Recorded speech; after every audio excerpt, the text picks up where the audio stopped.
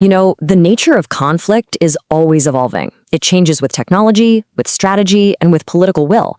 And what we're seeing right now is a seismic shift. A conflict that for years was fought in the shadows between Iran and Israel has just exploded into open warfare, and it's challenging the very idea of global stability. For decades, the entire world of diplomacy has been working to prevent a direct confrontation like this. But all those levers of restraint, they failed. The conflict that was always talked about as a theoretical nightmare scenario, well, it's not theoretical anymore. It's become our present reality. And let's be clear, this isn't just rhetoric. Total emergency. That's the official designation from the Israeli government. It's a direct response to a coordinated attack on its own territory on a scale that is completely unprecedented. So what was the strategy here? The objective wasn't to take out one single high-value target. No, it was to overwhelm. The idea was to launch such a massive wave of projectiles that it would simply saturate and break through even the most sophisticated, multi-layered air defense systems in the world.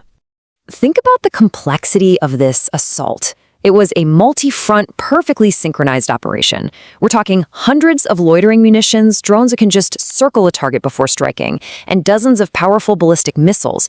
And they weren't just launched from Iran. They came from proxy forces in Iraq, in Syria, and from Hezbollah and Lebanon, all at the same time.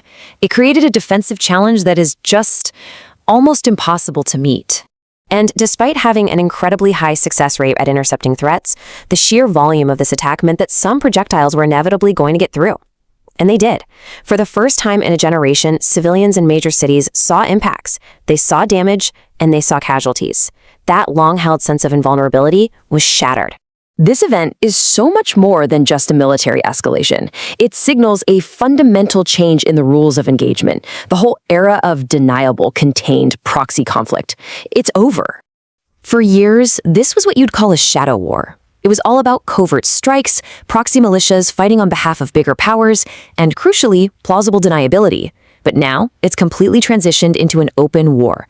We're seeing direct strikes on national homelands, acknowledged state-on-state combat, and the mobilization of entire societies for the fight. So you have to ask, what was the catalyst? Well, from the Iranian perspective, direct strikes on its leadership and on its strategic assets, those were seen as an existential threat, an attempt to, essentially, decapitate the regime. And that kind of perception, well, it demanded an existential response. It completely shattered their previous doctrine of so-called strategic patience. So, in response, Iran has pivoted to a completely new doctrine. It's no longer about restraint. It's about deterrence through force. It's a brutal, cold calculus that is designed to impose truly unbearable costs on its adversary. And this strategy has a name. It's called attrition warfare. The goal here isn't some swift, decisive victory on a battlefield. No. The goal is to just grind down the enemy's capacity and their will to fight through a long, relentless campaign of constant pressure. And this strategy works by exploiting a huge economic imbalance. You can use relatively cheap offensive drones, some costing as little as $20,000, to force a nation to use up its vastly more expensive defensive interceptors. I mean, we're talking missiles that can cost millions of dollars apiece because of all their sophisticated technology.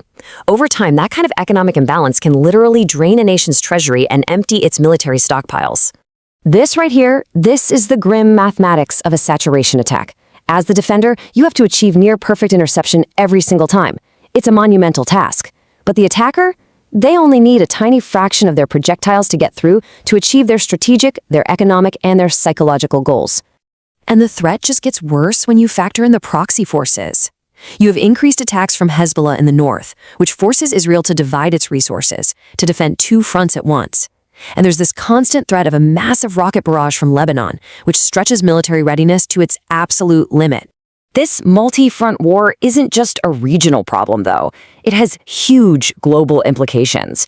And as the conflict gets more intense, the international community's response has been divided. It's been hesitant, and it's revealing some really deep fractures in global alliances.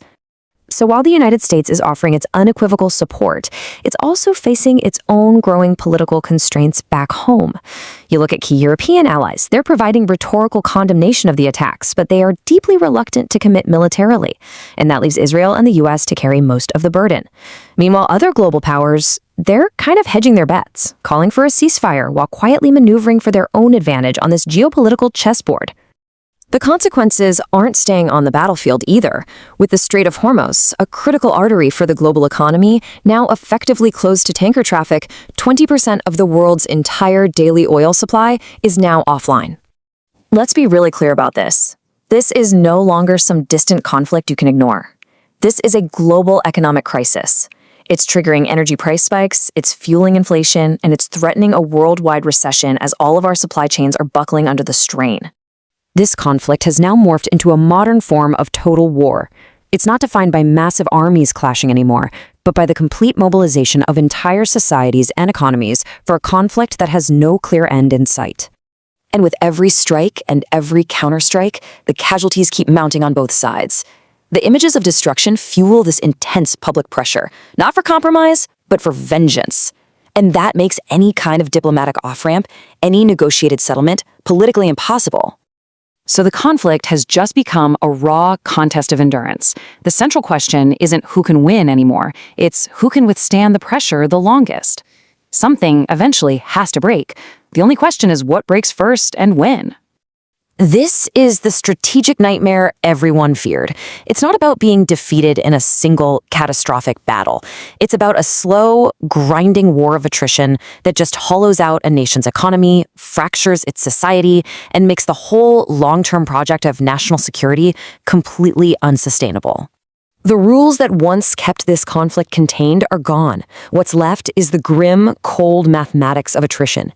And in a war like this, where there are no real winners, just varying degrees of loss, the ultimate unknown is which pillar of stability, regional, economic, or political, will be the first one to collapse.